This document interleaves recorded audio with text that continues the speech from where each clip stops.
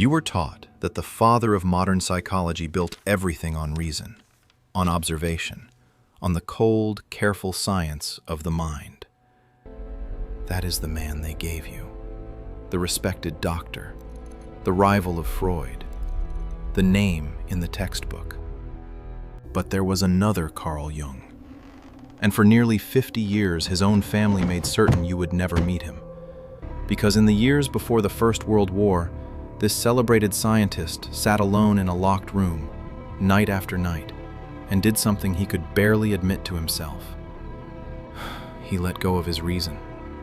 He descended into the dark of his own mind on purpose. And in that dark, something met him. A figure, a voice, a being who told Jung that his own thoughts were not his own. He wrote it all down in a great book bound in red leather. And when he died, that book vanished into a Swiss bank vault, where it stayed for half a century. In the next minutes, you will learn what Jung actually found down there. You will meet the winged elder named Philemon.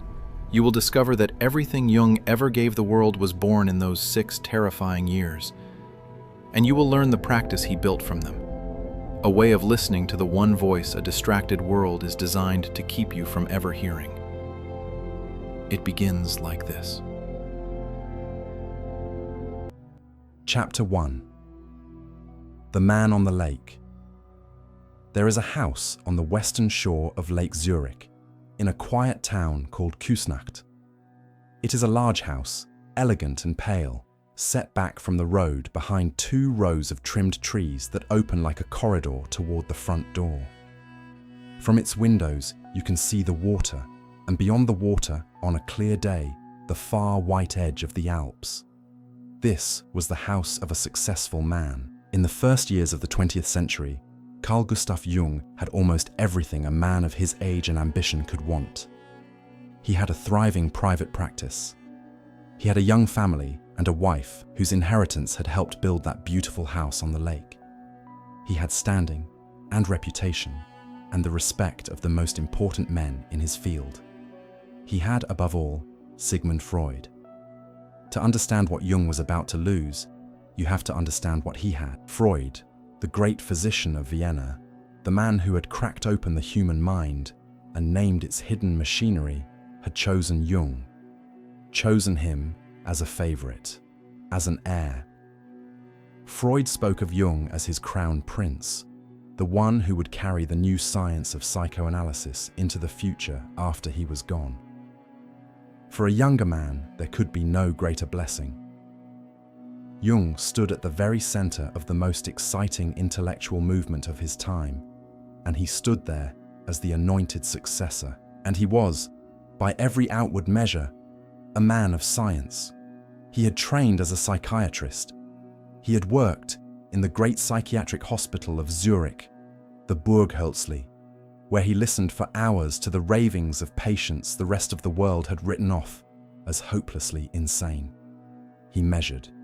He recorded. He published careful, sober papers in the clinical language of his profession, the language of symptom and diagnosis.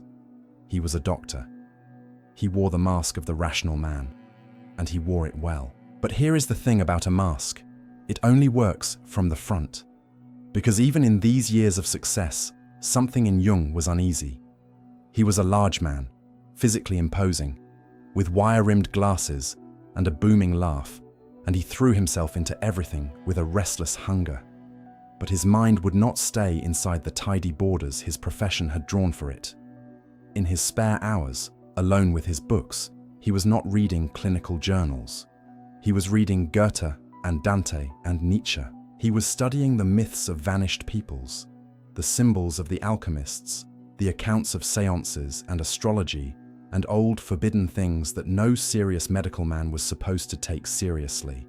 He had begun, quietly, to suspect something that his entire profession would have called madness. He had begun to suspect that the human soul, not the brain, not the nervous system, but the soul, was real, and that it required care, and that the men in the white wards with their diagnoses had missed the most important thing about a human being entirely. You have to sit with how dangerous that thought was for a man in his position. This was the age of triumphant science. The mind was being reduced tidily to mechanism. Religion was retreating. And here was Freud's crown prince, the great rational hope of psychiatry, beginning to feel that reason alone was a prison, and that there was a whole living country on the other side of the wall. He could not say this out loud, not yet. So he did what so many of us do when the truth inside us contradicts the face we show the world. He kept it hidden. He smiled at the dinner table. He saw his patients. He gave his lectures, and he carried, underneath the elegant surface, a widening crack that no one around him could see. This is the deception at the heart of our story. Not a lie Jung told others, a split he lived inside.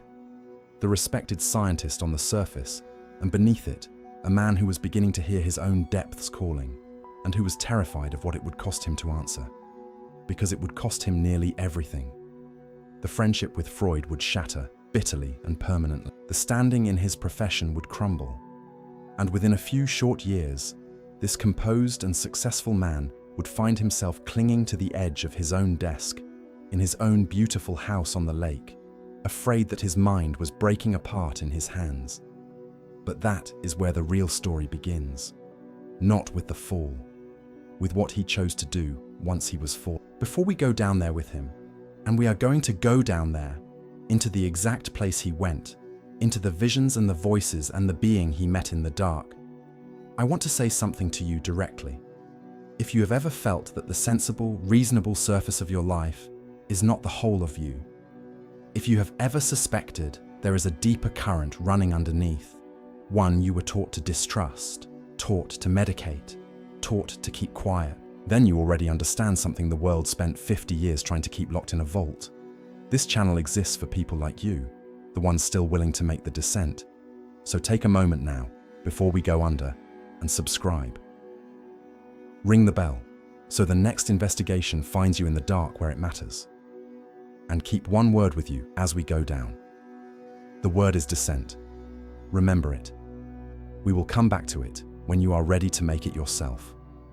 Now. Chapter 2. The Crack in the World.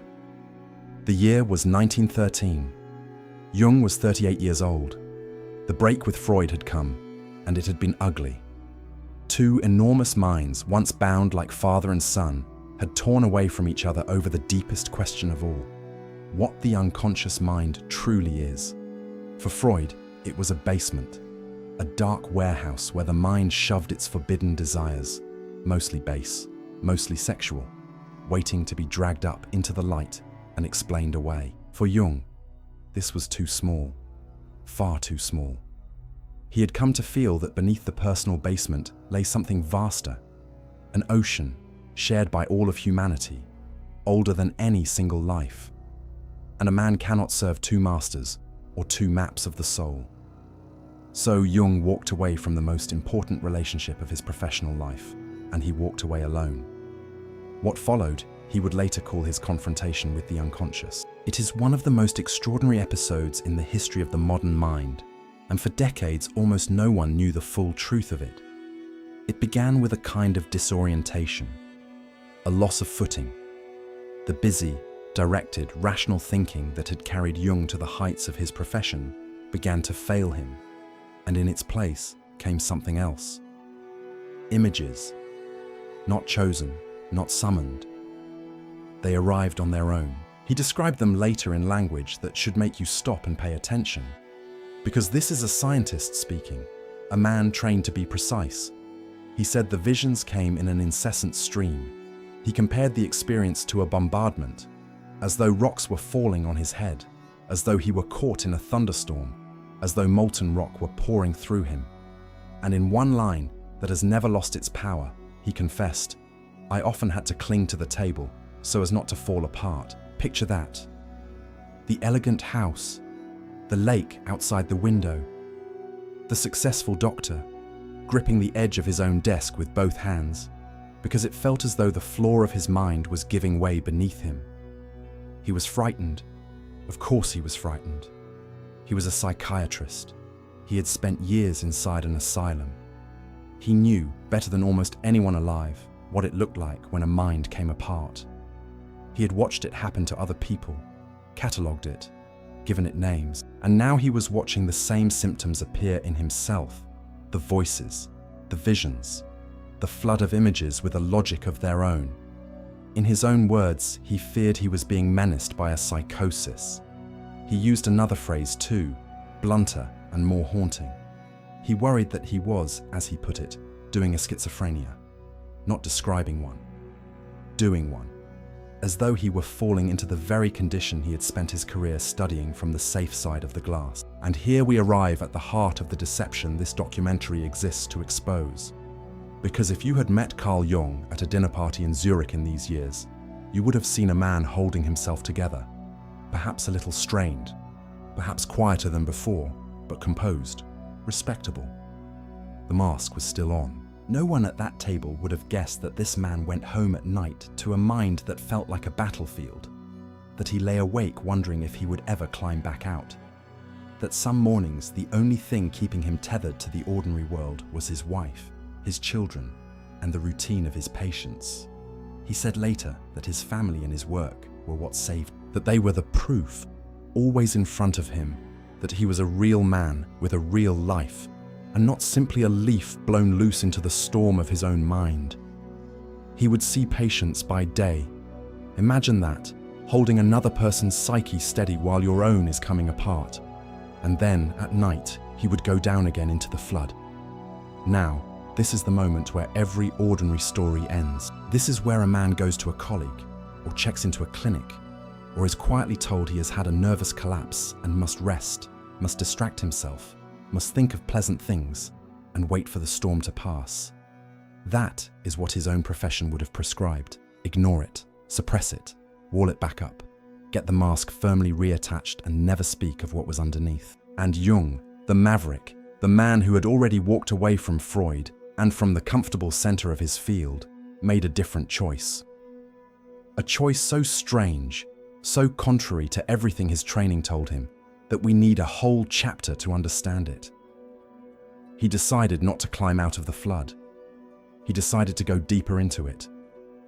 On purpose, with his eyes open, he decided that these voices and visions were not noise to be silenced, but a message to be received. That something in him was trying to speak, and that the sane thing, the truly scientific thing, was not to run from it, but to turn and face it, and ask it what it wanted. He was about to do the most dangerous experiment of his life, and the laboratory was going to be his own soul. Chapter 3. Descent. How do you willingly walk into your own madness? That was the question Jung faced, and the answer he arrived at was so simple and so audacious that it changed the course of his entire life's work. He decided he would stop fighting the images. He would stop trying to hold the wall up. Instead, he would deliberately lower himself down into the flood, and this is his own metaphor. He would let himself plummet. He described it plainly, years after. In order to grasp the fantasies that were stirring in him underground, he wrote, he knew that he had to let himself drop down into them. Let himself fall. Choose the fall he had been so terrified of, and make it an act of will instead of an accident of collapse. There is a word for the state he had to reach, and it is a word worth holding on to.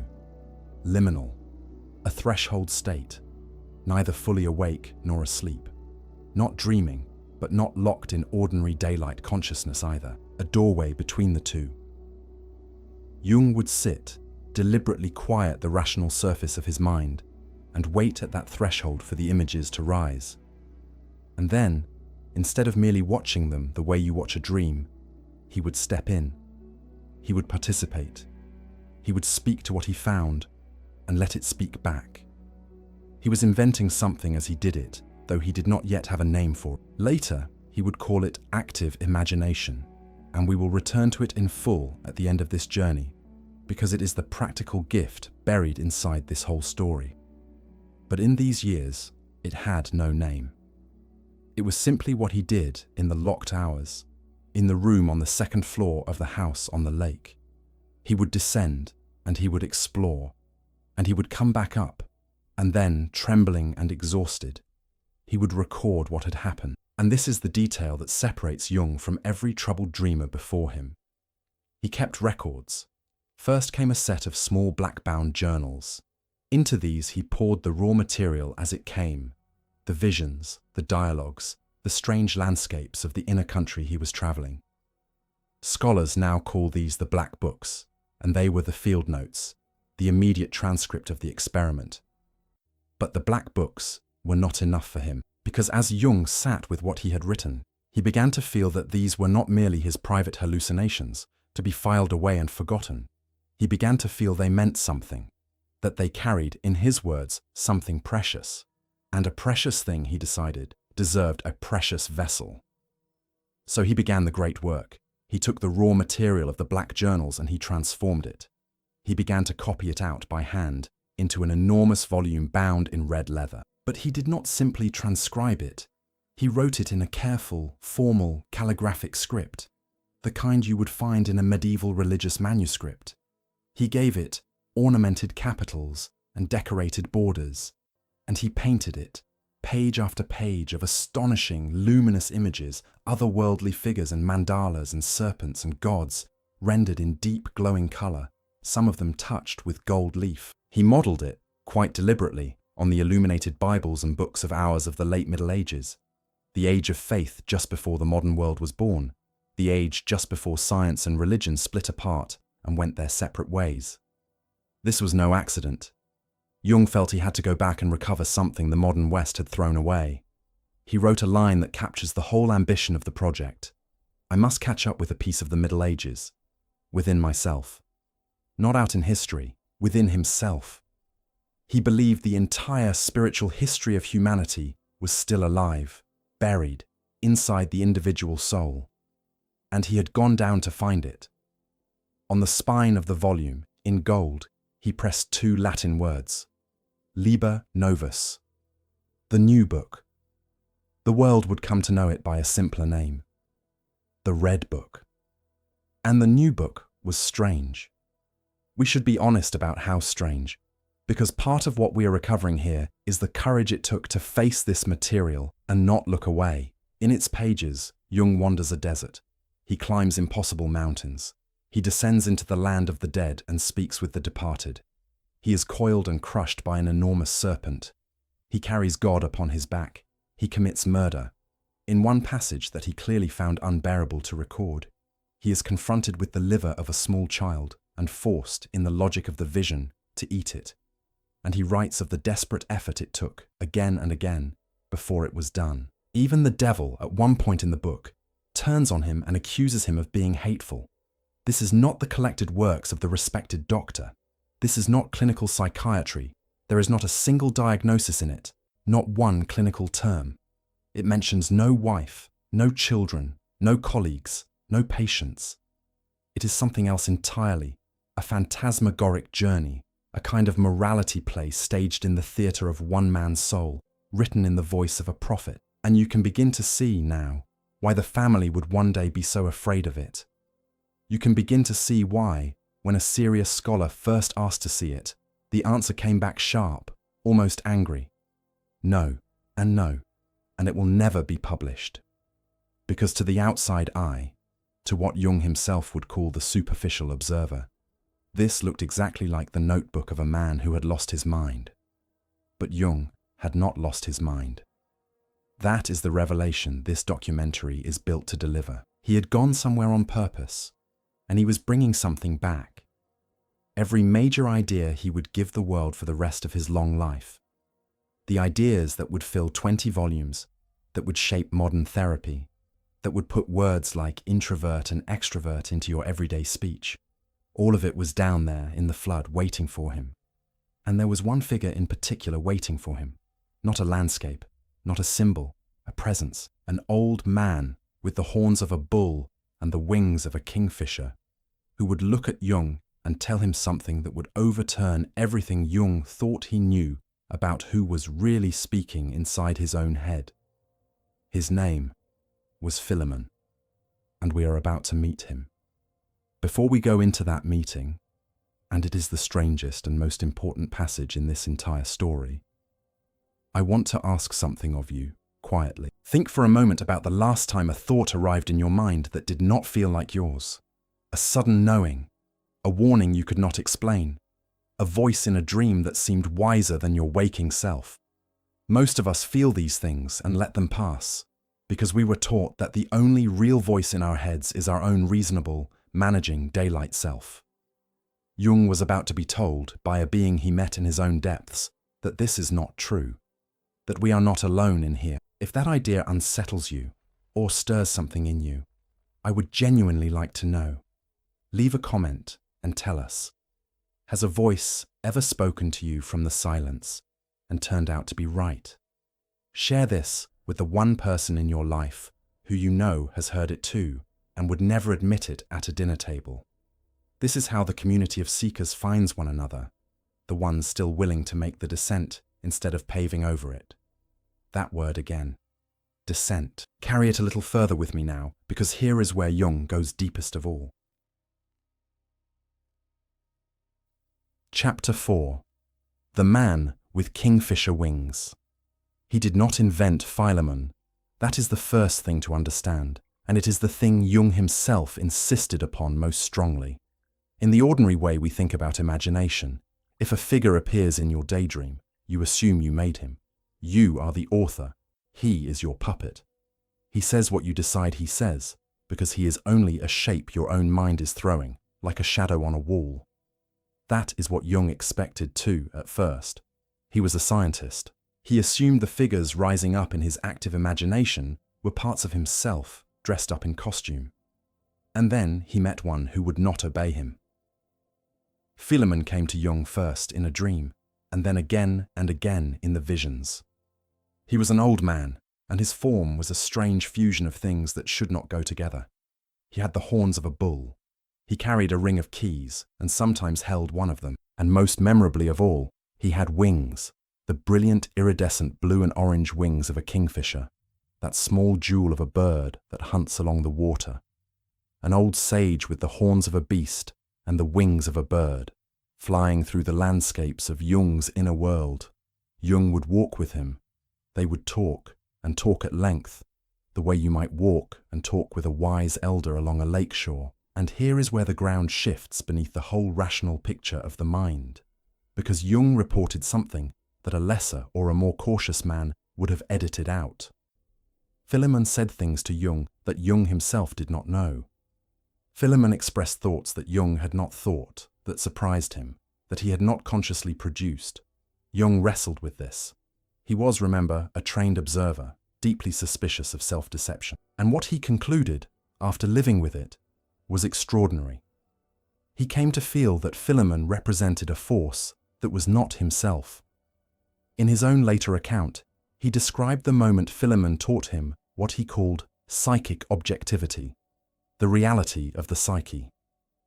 Philemon, Jung said, made it clear to him that there are things in the mind which he did not produce, but which produce themselves and have their own life. There were things in there, in other words, that were not him. That did not answer to him. That knew things he did not. Sit with how radical that is. The founder of a modern science is telling us that inside his own head, he encountered an intelligence that was not under his control, that seemed to possess wisdom beyond his own, and that he could converse with as one converses with another person. He even said, in words that were later reported, that Philemon was to him what a guru is to a seeker in the East. A teacher, a superior insight, appearing in the form of an old man with a bird's wings, guiding a frightened doctor through the underworld of his own soul. Now, and this matters, because this is a serious investigation and not a séance, we must be careful and honest about what this was. We are not claiming a ghost visited Carl Jung. We are not claiming a literal spirit flew into his study. Jung himself, in his more scientific moods, would offer a psychological account of it. And modern psychology can offer one too, and it is fascinating in its own right. What Jung had stumbled into is what he would later call the autonomous complex, and it connects directly to something contemporary psychology takes entirely seriously. The mind is not the single, unified, one-voice thing we like to imagine. It is more like a house with many rooms, and many of those rooms have occupants of their own.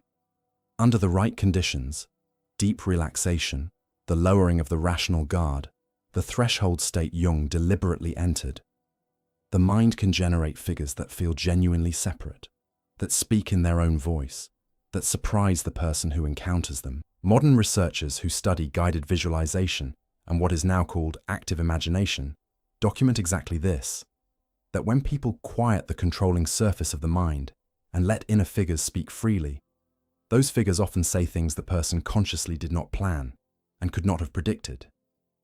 The sense of a separate, autonomous other is real as an experience, even if we understand it as arising from the deeper, less conscious layers of a single mind. That is the honest bridge between the mystic's language and the scientist's. Jung the visionary said, "A being met me and taught me." Jung the psychologist said, "A part of my own depths, one I had never listened to, finally found a voice and spoke." Both are describing the same event from two directions. And the second, sober explanation does not shrink the wonder of it. If anything, it deepens it, because it means this capacity is not unique to Jung. It is in you. The house with many rooms is your house. There are occupants in there you have never let speak. What did meeting Philemon actually give Jung? Everything. This is the claim that sounds like exaggeration until you look at the record, and then it turns out to be sober fact. Jung said it himself, near the end of his life, and it is one of the lines you can trust as genuinely his. All his works, all his creative activity, came from those initial fantasies and dreams. The scholar who spent more than a decade decoding the Red Book put it even more vividly. He called the book the nuclear reactor for all of Jung's works. Everything else radiated out from this hidden core. Follow the lines outward, and you can see it. When Philemon revealed that there were minds within Jung's mind that were not his own, inherited, impersonal, ancient, Jung had touched the raw material of what he would name the collective unconscious. The idea that beneath your personal memories lies a deeper layer shared by all human beings, a common inheritance of the species, stocked with the same recurring figures. And those recurring figures, the wise old man, the shadow, the great mother, the inner feminine, and the inner masculine that he called the anima and the animus. These are what he would name the archetypes. Philemon was not just a teacher. Philemon was Jung's first living encounter with an archetype, the wise old man himself, walking and speaking in the flesh of a vision. And the whole ordeal, the descent, the terror, the confrontation with the buried and rejected parts of himself, and the slow, painful work of integrating them into a larger and more complete self. This became the master idea of his entire psychology. He called it individuation, the lifelong process of becoming who you fully are by turning to face everything in yourself you had exiled and making peace with it and taking it back. He had not read this in a book. He had lived it night after night, gripping the edge of his desk, walking beside a winged old man through the country of the dead. This is the revelation. The respected doctor did not build his science in a laboratory. He mined it out of his own darkness, at enormous personal risk, in a room he kept locked, from an experience he was terrified to let the world see. Which brings us to the terror that outlived him. Because Jung eventually made a fateful decision about the Red Book, and after he was gone, his family made an even harder one. Chapter 5. The Book They Could Not Burn. Here is a question that sits at the center of the whole mystery. Did Jung want the world to read the Red Book? The answer is more complicated and more human than a simple yes or no, and the honest telling of it is more interesting than any legend. For roughly 16 years, on and off, Jung labored over the book. He wrote and painted and copied and revised.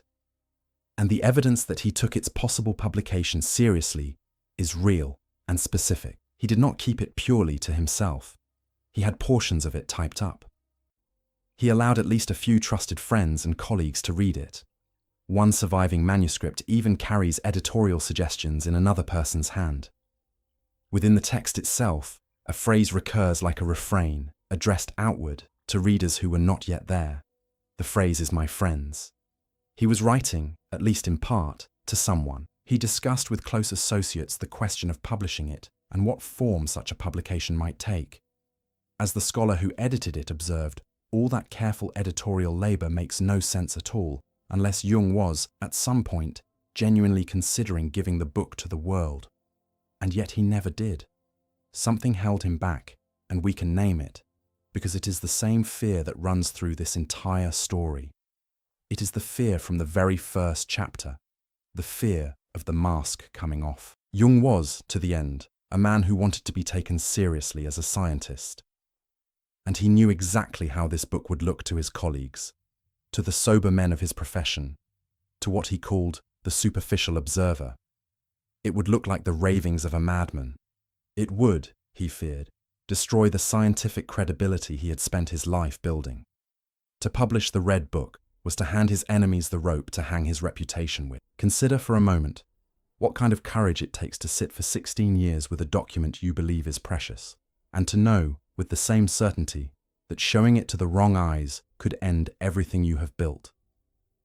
Most of us would have burned it. Most of us would have told ourselves it was only a private indulgence, not fit for daylight, and consigned it to the fire out of simple fear. Jung did not. Around 1930, his growing absorption in the study of alchemy drew him away from the manuscript, and he set it down, essentially unfinished. But he did not destroy it. That, too, tells us something. A man who truly believed the book was madness would have had every reason and every opportunity to erase it quietly and let his polished public legacy stand alone. He kept it instead, the way you keep a thing you are not yet ready to share but cannot bring yourself to lose. And near the very end of his life, in 1959, after the great red volume had lain more or less untouched for some 30 years, the old man returned to it one last time and wrote a short epilogue. And in that epilogue, he left us the clearest window we have into his own heart on the matter. These are his words, and you can trust them. To the superficial observer, he wrote, it will appear like madness. He knew. He named the very thing he feared. But he did not stop there. He went on to say that it would in fact have become madness had he not been able to absorb the overwhelming force of those original experiences, that with the help of his later work, he had finally been able to arrange them into a whole.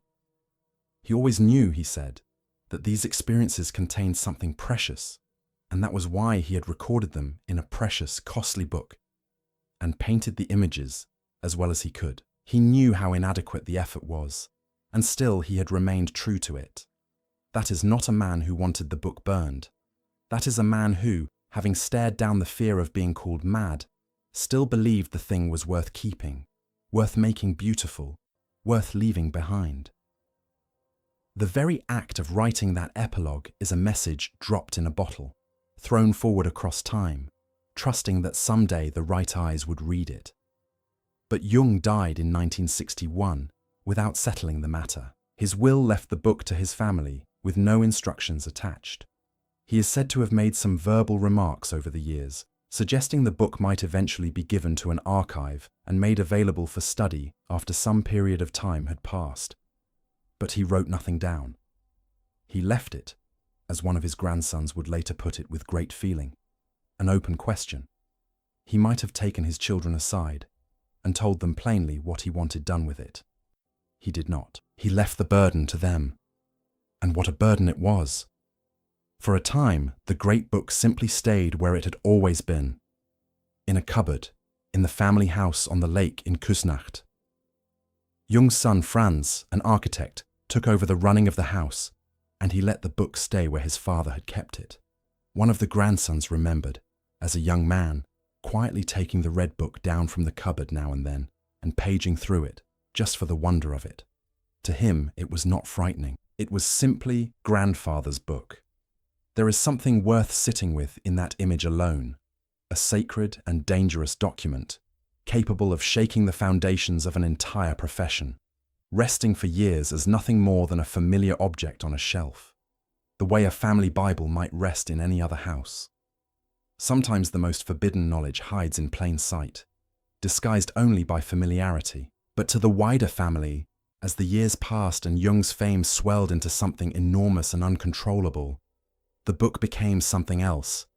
It became a liability, a danger, because now there was a whole world of eager admirers and hungry critics circling the legacy, and the Red Book was the crown jewel none of them could see. Strange enough, raw enough, personal enough to embarrass the family and to be twisted by anyone who wanted to paint Jung as a lunatic or a cult leader. In 1984, the family made the decision that gives our story its most vivid image.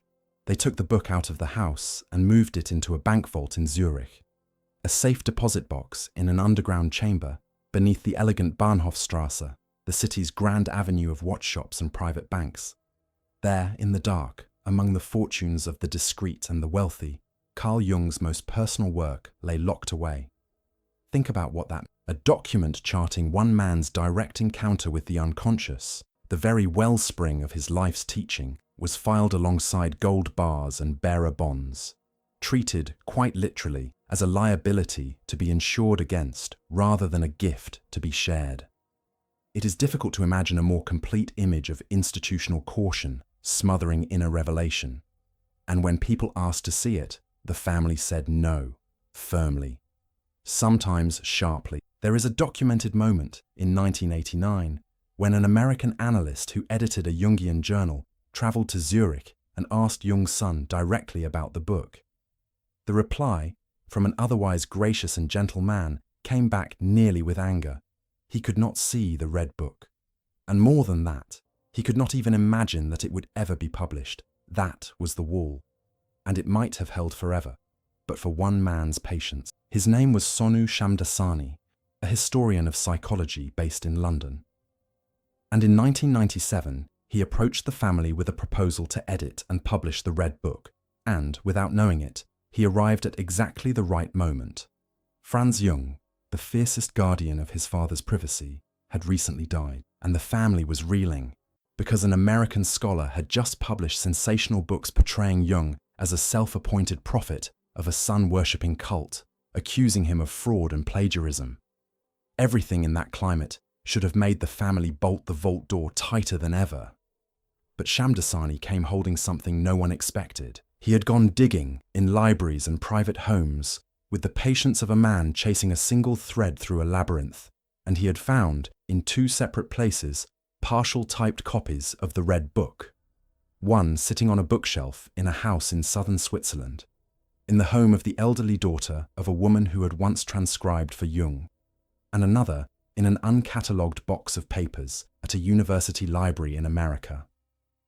And what those stray copies proved was decisive. They proved that Jung had given the book out to others, that it was not, and had never been, a sealed private diary.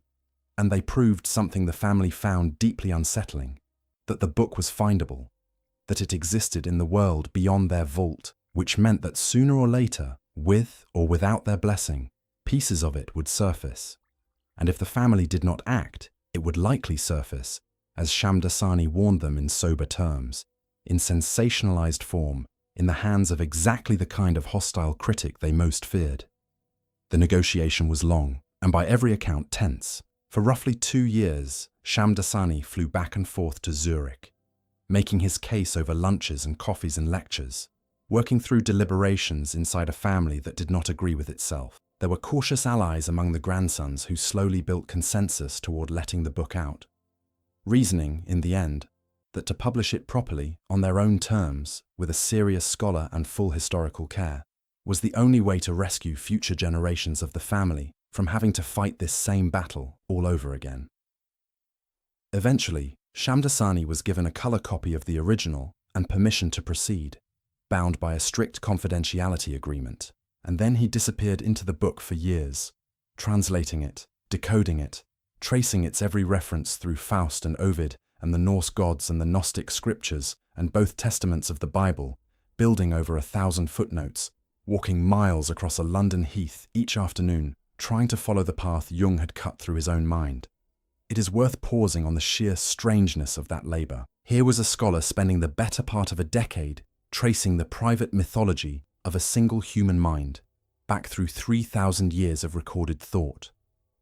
As if the unconscious of one man, properly excavated, opened onto the buried inheritance of the species. Scholars who study the history of suppressed and rediscovered manuscripts have long noted how often the most transformative documents survive by accident, by neglect, or by the quiet stubbornness of a single custodian rather than by any grand design. The Dead Sea Scrolls waited in desert caves for 2,000 years before a shepherd stumbled onto them. The Gnostic Gospels of Nag Hammadi sat buried in a sealed jar until a farmer's spade struck it in 1945. The Red Book is a smaller mystery on a shorter timescale, but it belongs to that same lineage, the buried text, the reluctant custodian, the decades of silence before the world was permitted at last to read what had been waiting all along.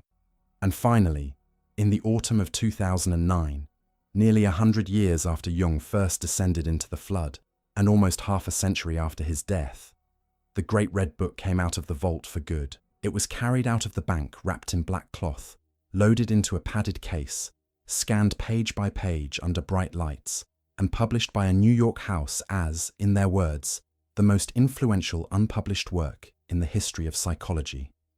The book they had kept in the dark for 50 years was finally allowed to see daylight. And the thing the family had feared, the ridicule, the exposure, did not destroy Jung's reputation. It did the opposite. Readers who had known Jung only through the clean, careful case studies of his published works described opening the great facsimile edition and feeling something closer to standing in front of an altarpiece than reading a textbook. The gold leaf, the illuminated calligraphy, the strange painted figures staring back at them from a man they thought they already understood. It revealed the hidden root from which his entire towering legacy had grown. But there is a final turn to this story, and it is the one that matters most for you. Because the Red Book is not only a historical treasure locked away and recovered, it contains a method, a practice, the very technique Jung used to descend and meet Philemon and come back whole, and it is a practice you can use. In a world engineered, more ruthlessly than any Swiss vault, to keep you from ever going inward at all. That is where we turn now, from the book in the vault to the machine that wants your attention, and then, at last, to the descent you can make yourself.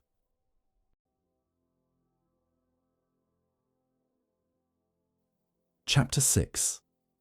The Machine That Wants Your Attention.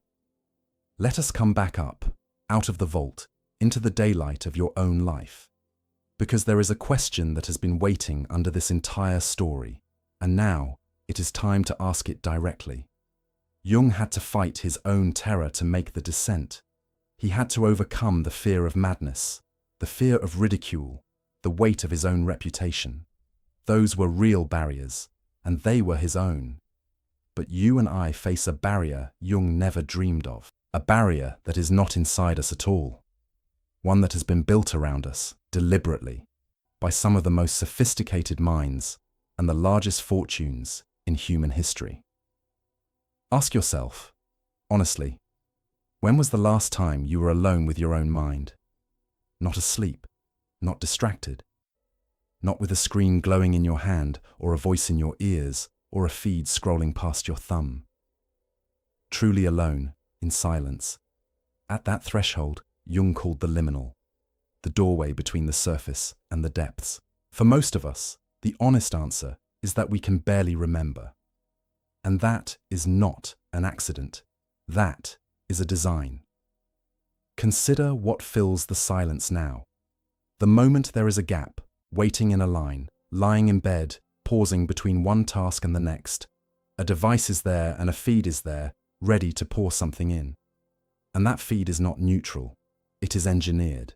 There are people whose entire profession is to capture and hold your attention, and they are extraordinarily good at it. They have studied exactly what makes the human mind reach again for the small glowing rectangle, the unpredictable reward, the little jolt of novelty, the notification that might be something and usually is nothing, but you have to check because the not knowing is unbearable. This is the same mechanism, precisely, that makes a gambling machine so difficult to walk away from. The variable reward, the pull that bypasses your reason and speaks straight to the older, hungrier layers of the brain. Psychologists who study this pull have a phrase for the effect of that constant outward pointing, continuous partial attention. It describes a mind that is never fully anywhere, always half-turned toward the next possible interruption, and it is worth sitting with how new this condition actually is. For nearly the whole of human history, boredom was simply the ordinary texture of daily life. The gap between one task and the next was empty, and the mind, left with nothing else to do, would wander inward almost by default. That wandering was not wasted time. It was, if you look at the biographies of nearly every contemplative and creative mind on record, the very condition out of which insight arrives. We have, in the span of a single generation, all but engineered that gap out of existence. The old mystics spoke of a world of illusion, a veil of appearances laid over reality to keep the soul asleep. The Gnostics, whom Jung studied so deeply, spoke of a false order that governs the world and keeps human beings from waking to their true nature. It is easy to dismiss all of that as ancient superstition, but look at what has actually been built in our own time, and the ancient warning takes on a startling literal weight. We now live inside a system running every hour of every day, whose measurable purpose is to keep your attention pointed outward forever, at the news cycle, at the feed, at the endless stream of other people's lives and opinions and outrages, and never, ever pointed inward at the one place the old book says the treasure is buried. You do not need to believe in archons or demiurges to see it. The psychology is enough. A mind that is never quiet cannot descend. A mind saturated with noise cannot hear the voice underneath the noise. Jung's whole discovery depended on his willingness to sit in silence and let the deeper layers rise. And we have built, around every one of us, a machine engineered to make certain that the silence never comes. Whatever Philemon might have said to you, whatever wisdom is waiting in the rooms of your own house that you have never entered, it cannot reach you because the line is always busy. The frequency is jammed. It is worth noticing, too, that this is not the first time in history that a tradition of inward silence has had to defend itself against a noisy age. The desert fathers of early Christianity withdrew into the wilderness of Egypt precisely because the marketplaces and courts of their own time, loud with gossip and ambition, made the inner life impossible to hear. The contemplatives of the medieval cloister built silence into the architecture of their days, hour by fixed hour, because they understood that stillness had to be defended, not assumed. Every generation that has taken the inner life seriously has had to build some wall against the noise of its own age. Ours is the first generation in history facing a noise engineered at industrial scale, specifically to defeat that wall before it can be built. This is the modern deception, and it is the true meaning of the word we have carried through this whole investigation. The descent has been made almost impossible, not by locking the book in a vault, but by making sure you never sit still long enough to open the one you are carrying inside you. Which means the recovery of this lost art, the deliberate turning inward, the descent Jung risked his sanity to map, is no longer just a curiosity from the history of psychology. It has become, in our time, an act of quiet rebellion, a reclaiming of the one territory that was always meant to be yours. And Jung left us the map. He called it active imagination. Let us learn, at last, how it is done. Chapter 7. Active Imagination. I want to be careful and honest here, because this is where a lesser telling would make wild promises, and we will not. What follows is not a magic trick. It will not cure an illness or rewire your body or summon a literal spirit. It is a psychological practice, a way of quieting the managing surface of the mind and letting the deeper layers speak. Understood that way, it is one of the most remarkable techniques the modern study of the mind has ever produced, and it came straight out of the Red Book. Jung considered it so important that he taught versions of it to his patients for the rest of his career, and therapists still use its descendants today. It is worth pausing before we go further on how unusual this really is. Most of what we call psychotherapy, even now, works through talking about the past, tracing a symptom back to its origin, narrating a childhood, explaining a pattern until it loses its grip. Active imagination does something almost the opposite. It does not explain the depths. It goes and meets them in the present tense, as though they were still alive and still capable of surprising you, because, Jung would insist, they are. He did not discover this method by reading about it in a journal. He discovered it because he was, quite literally, desperate. In the years the Red Book records, his own inner world had become so loud and so strange that ordinary self-analysis had stopped working, and he needed some way to meet what was rising in him directly, on its own terms, rather than merely thinking about it from a safe distance. Necessity produced the method. Only later did it become a technique he could hand to others. Here is how it works, translated for a life you actually live. The first movement is the emptying. You must create the silence the machine is designed to prevent. This is the hardest part, and it is the part everything else depends on. Find a time and a place where you will not be interrupted and put the device away. Not face down on the table, away in another room. Then simply sit and let the surface of your mind settle. You are not trying to force your thoughts to stop, the way a beginner imagines meditation to. You are letting the churn of the day slow down on its own, the way silt settles out of stirred water when you finally stop stirring it. You are lowering yourself gently toward that threshold state. Awake, but no longer managing.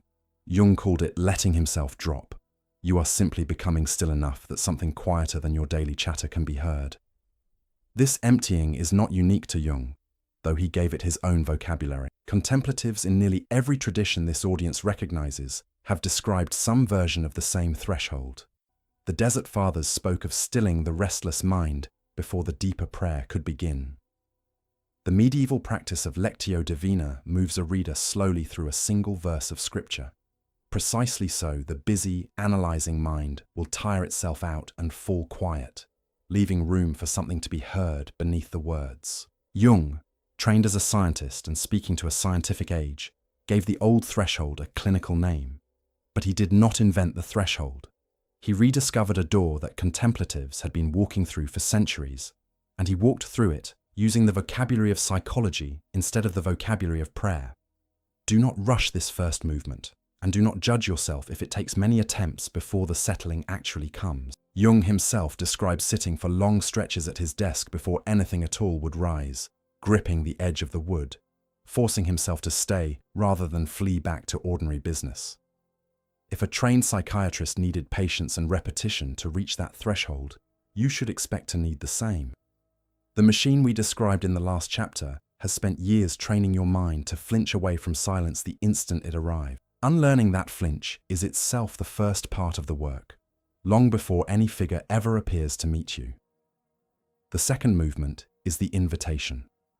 Once the surface has settled, you turn your inner attention to whatever presents itself. It may be an image. It may be a feeling that has been following you around all week. It may be a figure from a dream, or a mood you cannot name, or a scene that rises unbidden. You do not manufacture it. You wait for it, the way Jung waited at his threshold, and you let it take shape.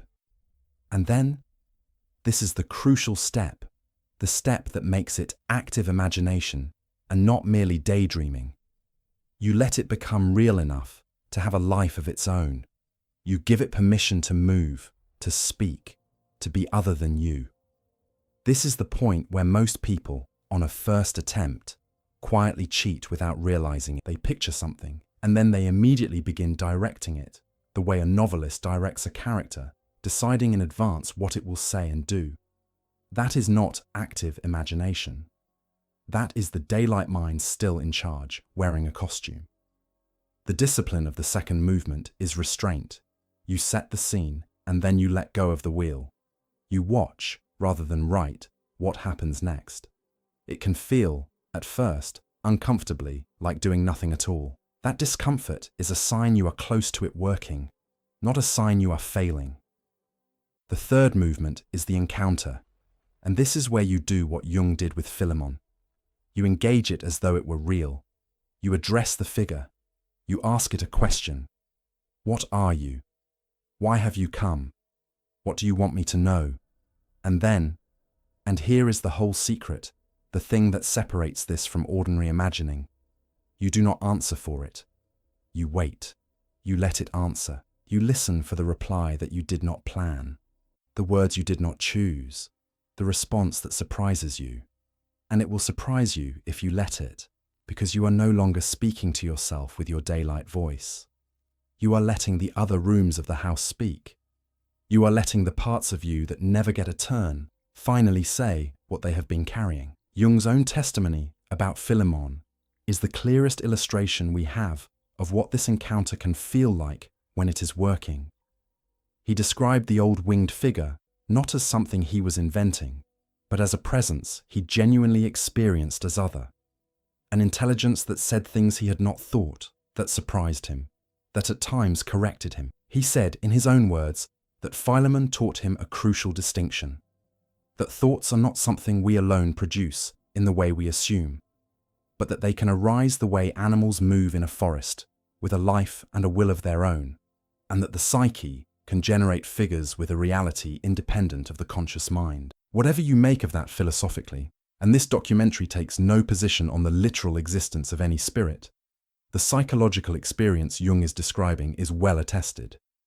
People who practice this method seriously and honestly do consistently report the same startling sensation, that the answer that arrives is not the one they were braced to give themselves. This is why the discipline of restraint matters so much here, more than at any other point in the process. The temptation, the moment a figure begins to speak, is to steer the conversation toward whatever answer you already wanted to hear. If you catch yourself supplying comforting, tidy, familiar answers, you have likely slipped back into the daylight mind talking to itself in a mirror. The figures worth listening to are, almost without exception, the ones that say something you did not expect and are not sure you wanted to hear. Jung himself was startled and at times unsettled by what Philemon told him. If your inner encounters only ever flatter you or confirm what you already believed, treat that as a signal to sit longer and listen harder, rather than as a signal that the work is complete. It is also worth being honest about what kind of figures can appear, because not every image that rises from the depths arrives wearing a kind face. Some are wise elders, in the manner of Philemon. Others, in Jung's own record, were frightening, ambiguous, even cruel-seeming at first encounter, and he had to learn not to flee from them, but to stay and ask the same honest questions of them that he asked of the gentler figures. The point of the practice is not to curate a private gallery of comforting visions. It is to develop the courage to meet whatever is actually there, without flinching and without pretending. That courage, more than any technique, is the real inheritance Jung is offering you. The fourth movement is the one people forget, and Jung insisted on it above all. You must bring it back. You do not leave the experience floating in the air to evaporate like a dream by breakfast. You write it down.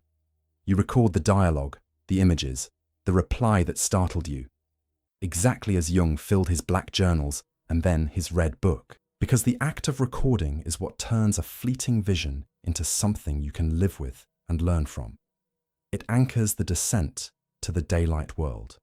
It makes the two halves of you, the reasonable surface and the deep interior, speak to each other at last, instead of living as strangers in the same skull. That conversation between the surface and the depths, carried on over months and years, is the whole of what Jung meant by individuation, the slow becoming of a whole person. Notice, too, what this fourth movement quietly demands of you. Patience measured in years, not evenings. Jung filled volume after volume across a decade and more, returning again and again to figures who did not finish speaking in a single sitting. Philemon was not a message received once and closed. He was a correspondence conducted over years, revisited, argued with, deepened. If your own first attempt produces only a fragment, a single image, a single sentence that does not seem to mean much yet, that is not failure. That is the first entry in what is meant to be a long and living record, not a one-time consultation with the unconscious that either works or does not. Now hear the warning, because Jung gave one and it matters. This is powerful. What rises from the depths is not always gentle, and not everyone should go down alone or go down far. Jung himself came close to being overwhelmed, and he was an experienced psychiatrist with a steady family and his daily work to hold him to the earth. If you carry a heavy grief or a fragile season of the mind, this deep inner work is best done in the company of a good therapist, not in solitude. The point of the descent was never to drown. It was to go down and to come back up and to bring something precious with you. Always, Jung said. He kept his family and his work before him as the proof that he was a real man in the real world. Keep your own tether. Descend and return. That tether deserves one more word, because it is not a small caution tacked onto the end of an otherwise thrilling instruction. It is structural to the whole method. Jung's descent nearly cost him his stability by deliberately strengthening the ordinary daylight parts of his life alongside the inner work, not by abandoning them for it. Whatever this practice becomes for you, let it sit beside a steady life, not in place of one. A good night's sleep, people who know you, work that grounds you in the ordinary world. These are not obstacles to the descent. They are the rope that lets you make it safely. But within those wise limits, the invitation stands, and it is genuine. You are carrying a book of your own, not bound in red leather, but no less real. The vast, unread interior that the machine is working every hour to keep you from opening. You do not need a vault, or a scholar, or 50 years of waiting. You need only the courage to sit in silence, drop below the surface, and ask the one question almost no one in this loud age ever asks. Who else is in here, and what have they been trying to tell me? Chapter 8. The voice you were taught to silence. Let us return now to where we began. We began with a mask, the respected doctor, the father of modern psychology, the man of reason, the name in the textbook. That was the Carl Jung the world was permitted to see, and for nearly 50 years after his death, it was the only one his family would allow. The other Jung, the man gripping the edge of his desk in terror, the man who let himself fall into the flood, the man who walked and spoke with a winged elder in the country of the dead. That man was locked in the dark, in a bank vault beneath a Zurich avenue, behind a family's fear and a steel door. And we have opened it. We have seen what was inside. Not the notebook of a madman, but the hidden root of everything. We have learned that the collective unconscious, the archetypes, individuation, the ideas that reshaped how the modern world understands itself, were not deduced in a study. They were carried up, one at a time, from a descent that nearly destroyed the man who made it. We have met Philemon, and we have learned the strange and beautiful lesson he came to teach, that we are not alone inside our own mind, that the psyche is real and vast, and that it contains wisdom we did not put there and do not control. Think for a moment, back over the whole path we have walked together. A frightened man on the shore of a lake, certain something in him was cracking. A vision of Europe drowning in blood, dismissed as nonsense until it came true in the trenches a year later. A descent, deliberate and terrifying, into a flood he chose to enter rather than flee. A winged elder who taught him that thought is not always something we manufacture, but something that can visit us.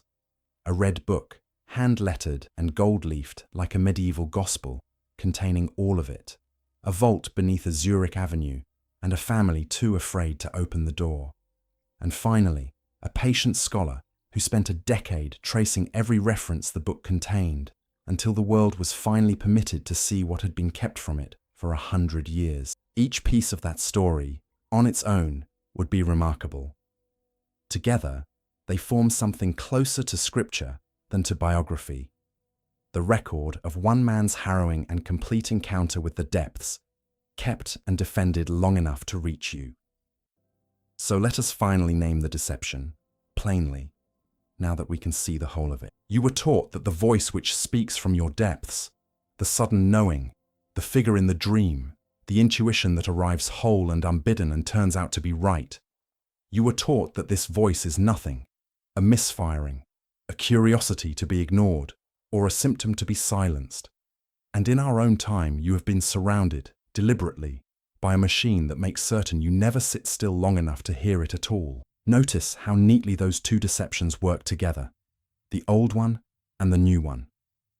The old deception, the one Jung himself feared, said that the voice from within was dangerous, embarrassing, a mark of instability, something a respectable, rational person kept locked away, the way his own family locked the book itself away for 50 years.